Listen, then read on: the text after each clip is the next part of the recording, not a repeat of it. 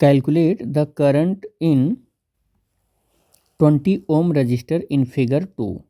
तो ये है बुक में फिगर 2 ही लिखा हुआ है यहाँ पर, इसलिए ये फिगर 2 हो गया। तो कैलकुलेट करना है 20 ओम में। इसमें आपको कैलकुलेट करना है कि करंट कितना है, करंट कितना है। तो ये नोडल मेथड हम यहाँ पर यूज करेंगे। नोडल मेथड से बहुत आसानी से आ जाएगा, नोडल मेथड से यहाँ पर कि सॉल्व कैसे करें। तो सबसे पहले नोडल मेथड में क्या होता है कि आपको नोड आइडेंटिफाई करना होता है। तो अगर मुझे नोड आइडेंटिफाई करना है तो देखो एक नोड ये है और एक नोड ये है। फर्स्ट स्टेप में तो नोड आइडेंटिफाई करना होता है, और सेकंड मेथड में आपका नोड के साथ इक्विपोटेंशियल सरफेस। तो सेकंड में इक्विपोटेंशियल सरफेस, आपको इक्विपोटेंशियल सरफेस, इक्विपोटेंशियल सरफेस यहाँ पर कहाँ कहाँ पर है देखो। तो अगर मैं यहाँ पर बात करूँ तो ये इधर से आके इधर आ जा रहा है, तो यहाँ भी लोड लगा हुआ है, बैटरी लगी हुई है, यहाँ भी बैटरी और लोड लगा हुआ है। तो अब यहाँ पर इक्विपोटेंशियल सरफेस भी थोड़ा सा अगर मैं ढूंढूं कि मतलब सेम पोटेंशियल पर कौन कौन है, तो थोड़ा सा मुश्किल पड़ रहा है। तो मैं इसको इक्विपोटेंशियल सरफेस मानकर चल रहा हूँ, इसको। अब जिसको आप इक्विपोटेंशियल सरफेस मानकर चल रहे होते हैं उन्हीं में से किसी एक को अर्थिंग करके उसका पोटेंशियल ग्राउंडिंग करके जीरो मानना होता है।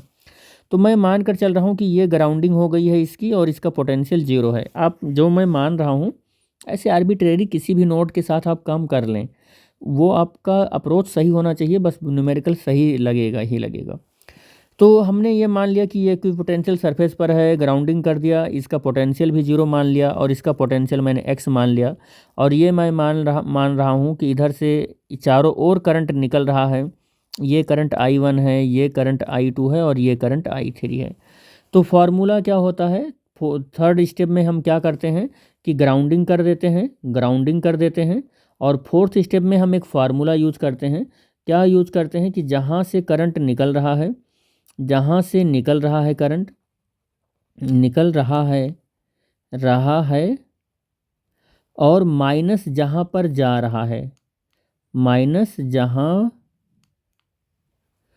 पर जा रहा है और फिर प्लस या माइनस V अपान रजिस्टर लगा लेते हैं। क्या लगा लेते हैं, रजिस्टेंस। ठीक है।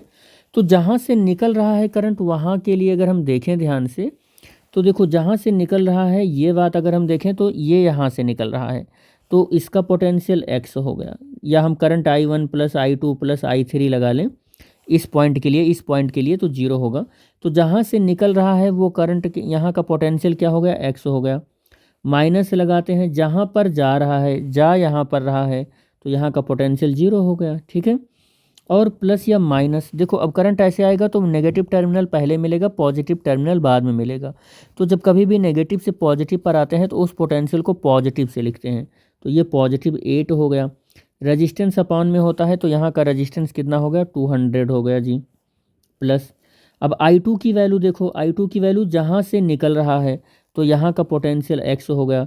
जहाँ पर जा रहा है, जहाँ माइनस लगाओ, और जहाँ पर जा रहा है, यहाँ पर जा रहा है तो इसका पोटेंशियल जीरो लिख लो। और प्लस और माइनस, देखो इस वाले जंक्शन में कोई पोटेंशियल है, कोई पोटेंशियल नहीं है, तो यहाँ प्लस माइनस लगा के जीरो लिख लो आप। रेजिस्टेंस इसमें कितना लगा हुआ है, 20 ओम लगा हुआ है। प्लस I3 के लिए अब लिखो, तो I3 जहाँ से निकल रहा है वो कितना है, x है बेटे। और देखो क्या कह रहा है, माइनस लगा लो, जहाँ पर जा रहा है, कहाँ पर जा रहा है, ये यहाँ पर जा रहा है, इस रास्ते से यहाँ पर जा रहा है, तो यहाँ का पोटेंशियल जीरो हो गया। प्लस या माइनस लगा लो, और इस टर्मिनल के अक्रॉस या इस सर्किट के अक्रॉस जो पोटेंशियल है, तो अब इस पोटेंशियल को देखो, पॉजिटिव पहले मिल गया, नेगेटिव बाद में मिला। तो जब आप ऐसे जाएंगे तो पॉजिटिव से नेगेटिव पर जा रहे हैं तो ये पोटेंशियल माइनस के साथ लिखा जाएगा और ये 4 हो जाएगा।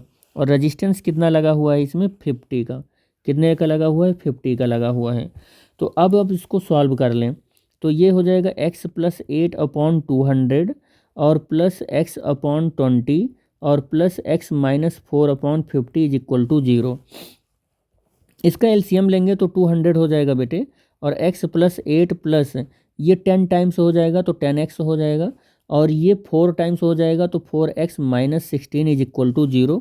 इसको सॉल्व करोगे तो 10 और ये 14 और ये 15x, देखो इसको और इसको ऐड कर लिया, और माइनस देखो यहाँ पर क्या हो जाएगा, -16 है और +8 है, तो कितना हो जाएगा, -8 is equal to 0, x is equal to 8/15 हो जाएगा। कितना हो जाएगा, 8/15 हो जाएगा।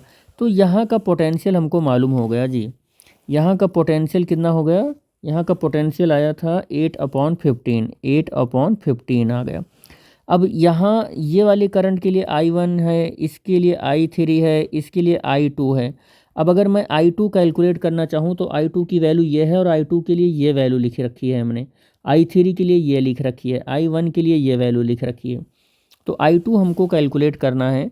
I2 इज इक्वल टू कितना है, x/20, यही तो स्टेप सॉल्व हुआ था, x/20, और x की वैल्यू 8/15, 8/15 और बाई 20 यहाँ पर हो जाएगा, तो 8 ये कितना हो जाएगा, 15 दूना 30 और एक 0 पहले से ही लगेगा। तो ये कितना हो जाएगा, 8/3 इंटू 10⁻⁻² हो जाएगा, और ये हो जाएगा 10(2.666) ऐसे आता रहेगा, 10⁻², 0.2666 ऐसे कर लेते हैं, और 10⁻³ और 0.266 मिली एम्पियर कर लेते हैं इसको, I3। तो यहाँ पर जो करंट है ना, वो करंट कितना है, 0.266 मिली एम्पियर करंट है। अरे देखो ये थोड़ा सा गड़बड़ हुआ है बेटे, ये देखो ये थोड़ा सा देखो, 2 पॉइंट को ना आप इसको 26.666 करो और 10 से मल्टीप्लाई, देखो यहाँ पर किया क्या, ऐसे देखो 2.666 किया ना, 10 से मल्टीप्लाई करो, 10 से डिवाइड करो, 10⁻² तो ही है। तो यहाँ पर क्या करना है हमको, इसको इसके साथ लिख लेना है, तो 10⁻³ और इस 10 से इसमें मल्टीप्लाई कर दो तो 26.66 आ जाएगा। अब क्या हो जाएगा, I इज इक्वल टू 26.66 और 10⁻, देखो ये -3 को हम मैं मिली लिख रहा हूँ और ये एम्पियर तो पहले से ही है, तो I2 is equal to 26.66 milli ampere current आ जाएगा। ठीक है, ये आएगा ये थोड़ा सा क्या हुआ, 26.66 मिली एम्पियर आएगा। ठीक है बेटे, ये थोड़ा सा कैलकुलेशन में, चलो ठीक है।